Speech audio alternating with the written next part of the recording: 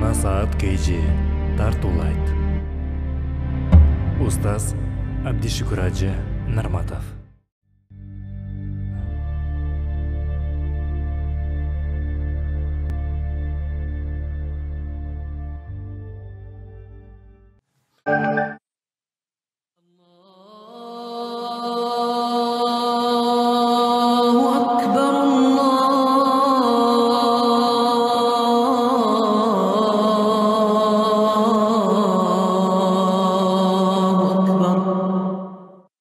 Assalamu alaikum qadırman zamandaşlar.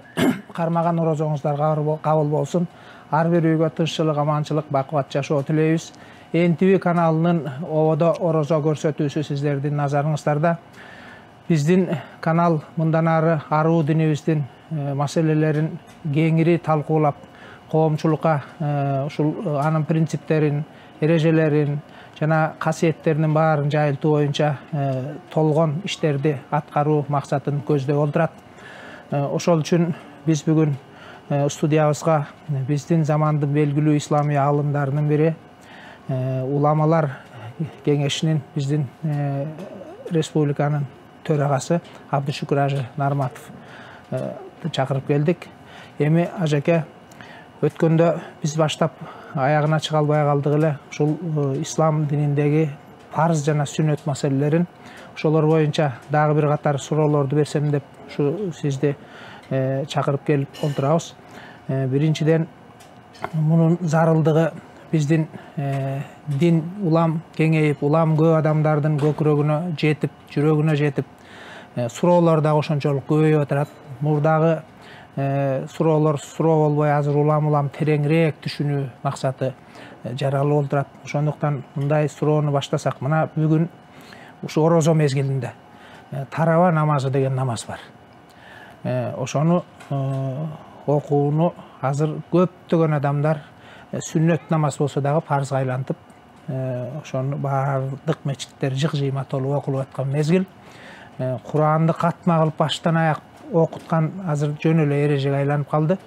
Анан эми бирок мына сиз экөөбүз ушул жерде отурабыз. Ушул дават, бу дагы чоң иш. Ушу тараба намаздын жолулукпу же сиз экөөбүздүн ушул жерде отурганыбыздын жолулукпу?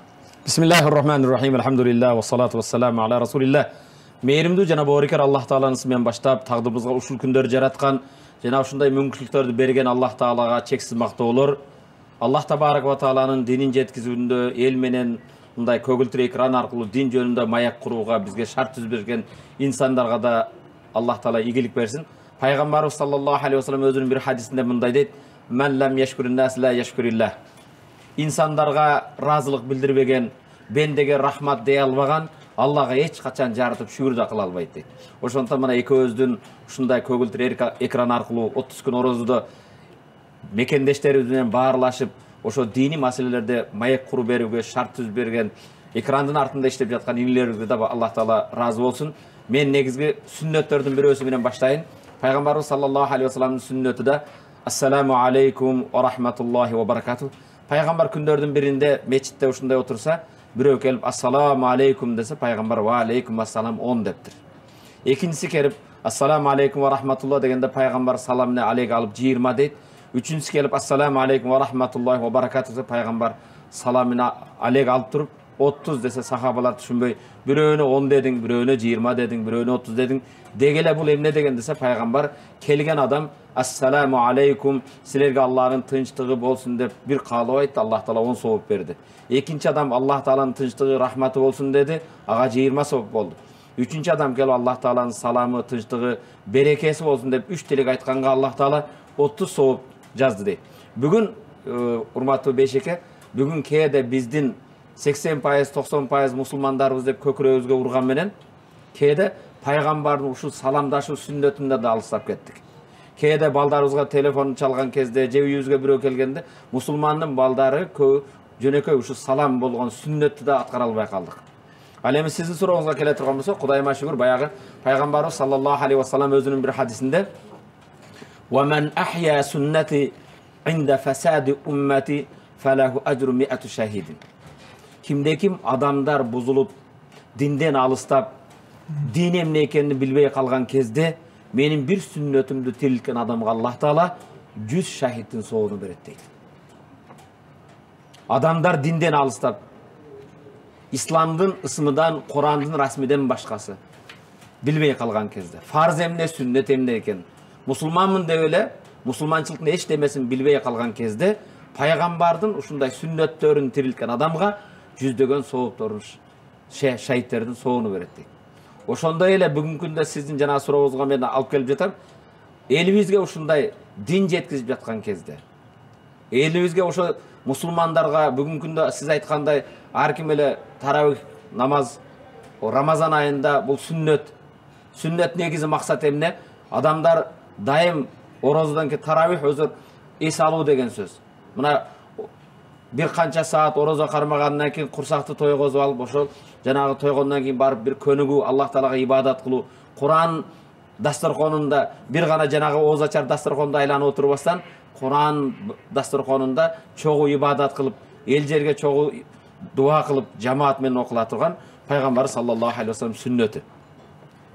Ошол эле кезде кээ бир сүннөттөрдү фарздар үчүн курмандык кылууга да мажбур болуп калабыз. Сиз айткандай мана бүгүн кээ бир аялдарыбыз, кыздарыбыз, жана ошондой эле кээ бир мечитке барууга мүмкүнчүлүгү болгон оорукчан башкалар бар. Алар балким азыр бизди карап ушул жерде диниге болгон ислам жөнүндө чоң бир маалымат алып жаткан кезде биз да бул нерсени жеткизип жаткан жерибиз. Кудайыма шүгүр, пайгамбарыбыз саллаллаху алейхи вассалам сүннөт эмес, бул жерде пайгамбар баллигу анни валау ая, менден бир аят, бир сөз болсо да жеткизгиле дейт. Бүгүнкү күндө biz 21-ci kılımda massalık malumat karajatlarında artta kalıp kettik.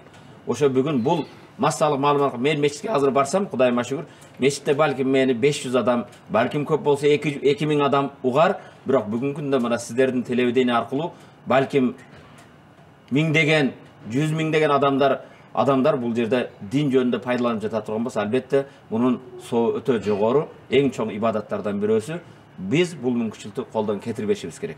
Рахмат демек, ушу биз дагы мындай кең көкүрөгүбүз менен, кең пейилибиз менен отурганыбыз жакшы экен. Эми тарава намазын окубай калдым эле дебей, момундай бир Бирок Кудайыма шүгүр, азыр 1 сааттан кийин барып таравын окууга жетишебиз да Кудайыма шүгүр. Андан кийин кээ бирлер айтышы мүмкүн да, тарава башталып калдык, ажеке бул телевидениеде отурат да. Жок, бул жерде биз Кудайыма шүгүр эң чоң бир дин кызматында болуп жаткан ошо колубуздан келген үгүт насаат кылууга аракет кылуудабыз. Бунун баягы бизче жөнөкөй тил менен айтканда элдин иши жеке ишиңен улук деген сөз, туурабы?